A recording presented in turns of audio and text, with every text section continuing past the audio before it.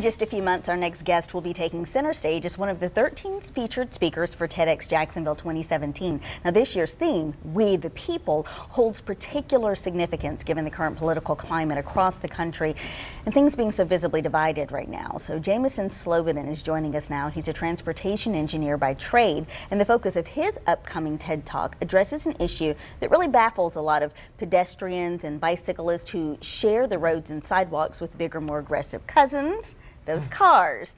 So he is joining us now with a very unique perspective and a potential fresh and innovative solution to everybody sharing the road safely. Jameson, transportation practice leader with Michael Baker International, is here at the table with us. Thank you. It's very good. Welcome. Yeah, so tell us a little bit about what a transportation practice leader does. So I'm a civil engineer by trade. There you go. And so I specialize in traffic, and which means I count cars. And sometimes I take off my shoes to use my toes.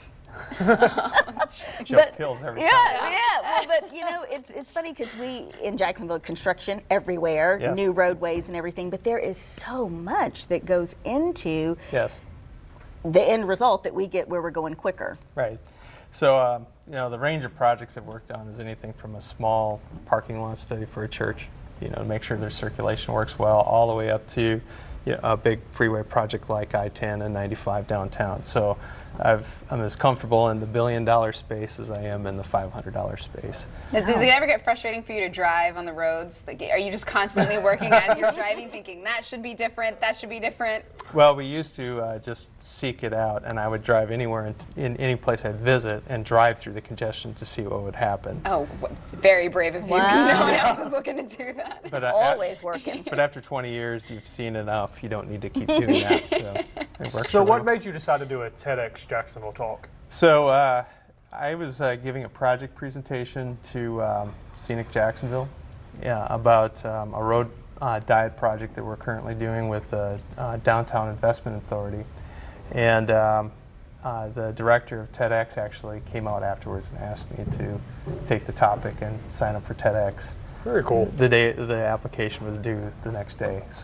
So she came up with the topic, or you kind of introduced it? I gave that presentation, says we want to talk about that. So the topic, let's talk about the topic, because you're pretty passionate about it, right? Absolutely. So bicycling is something that's really dear to your heart. Are you a bicyclist, or? Well, it's even bigger than that. It's actually about, I've enjoyed going to places like Fernandina Beach or St. Augustine where you can walk, get out, enjoy space, do shopping, take your kids and feel safe and enjoy just that space.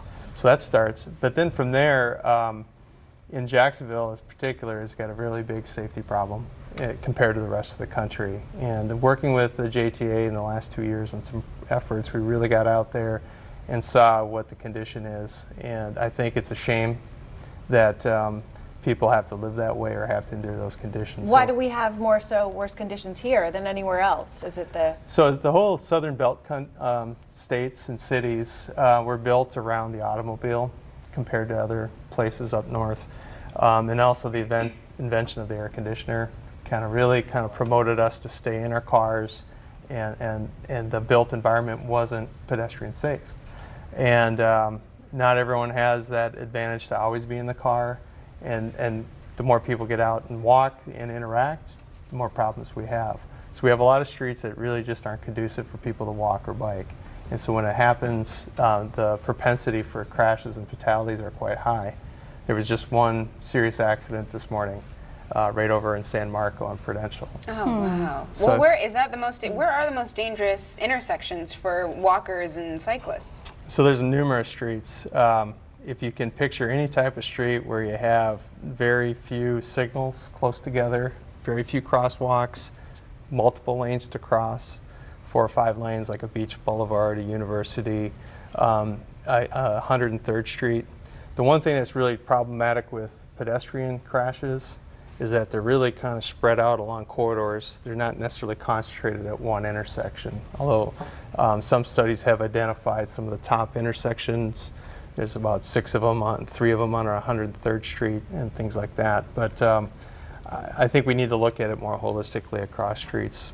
So in your mind, would your goal be to create a city that is very, very walkable and bicycle friendly across the board. Absolutely, yes. I imagine that's a big challenge, though, in a place with such a large landmass like Jacksonville. It very much is, and you know, there's a kind of a culture issue as well. I first moved here from Minnesota 10 years ago now, and I picked a spot where I could try and transit. It wasn't really available, so I rode my bike to work, and it was not well received.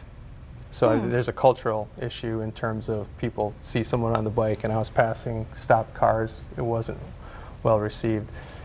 I think the other thing is that it's such a large city, we have to tackle this incrementally.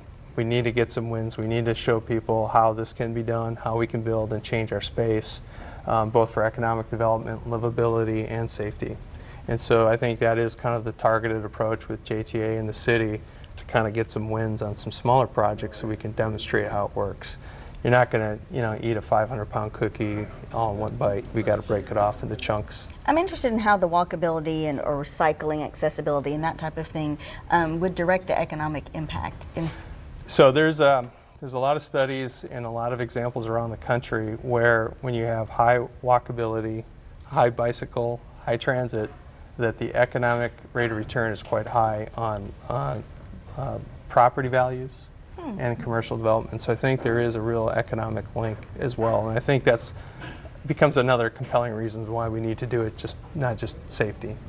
So what are the current pedestrian laws or rights here in the Jacksonville area? I guess North Florida. Well, it's all of Florida is the same laws.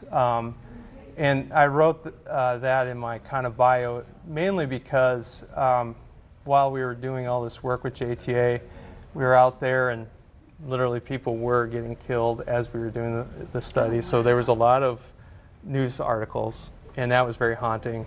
And then at the same time, everyone's trying to address the concerns. So JSO was using their toolbox, and they were going out and they were enforcing jaywalking. At the same time, I was looking at the Minneapolis paper, and their way of treating it was different. They were actually targeting cars that weren't yielding to pedestrians. So the laws are the laws. I think the only thing that's different between like Florida and Minnesota is that if a pedestrian is approaching an intersection crosswalk, the driver is obligated to yield.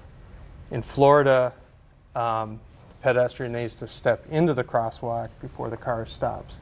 So it's really subtle, but it actually kind of tells you that it, you know, the values about who's more important. Yeah, and it sounds like more like the law way of playing chicken is that you have to wait for them to step in, and then what, you have to slam on your brakes, and you know the chances of hitting a pedestrian is higher. But then what is your plan? What are we going to hear in the TEDx talk? So I think number one, I think it's important that we all get out and walk and and I think there's a health component, so getting out and walking and experiencing as much as possible. That will actually be better for all of us health-wise. There's a health component, but it'll also expose the issues. Then the second main thing is that people need to be really vocal about asking and demanding more for change. When we go out and do projects as a public, we try and seek public involvement and input, and oftentimes we don't get people turning out. The vocal citizenry is very, very important to any project we do, and I think it's going to be very important that we get out and people get out and ask for change. Otherwise, it's not really going to happen. There you go. Very interesting. That's really great, yeah. Something to think about for sure. Thank you for joining us. Thank we you. appreciate you coming, and we want to remind you TEDx Jacksonville happens Saturday, October 14th at the Florida Theater. Tickets are on sale right now, but we do want to remind you they sell out very quickly. For more information on the conference, visit the website TEDxJacksonville.com.